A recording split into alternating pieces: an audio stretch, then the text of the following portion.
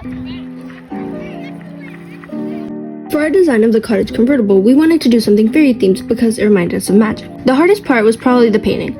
The cardboard base was glossy and the paint wouldn't stick. To fix that, we put gesso on it as a sort of primer. We didn't know where to place the house on the base of our vehicle because the motor wouldn't fit on it. We decided to add a platform below and have the motor on top instead. We tried to put our panel at 45 degrees because it was the best choice for our vehicle, but we weren't able to do it, so it ended up being closer to 40. While we were testing the car outside, we noticed that it didn't move, but it worked perfectly fine inside with the battery pack. At first, we thought it was the gears, so we changed them. After moving some things around, we noticed that the solar panel along with our house was adding weight and it wouldn't move. Since we needed our panel, we decided to make a convertible.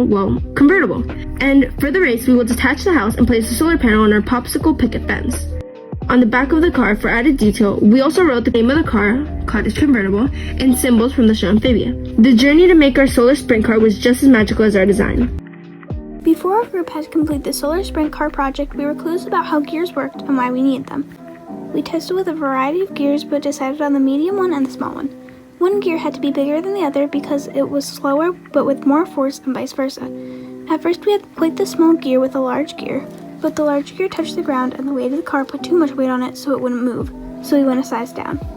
The very small gear was moving fast, but it didn't have enough force, so we changed the small gear to a slightly larger gear and it worked like a charm. Why our group loved this project so much was because we got to let our imagination run free by recycling and using renewable energy.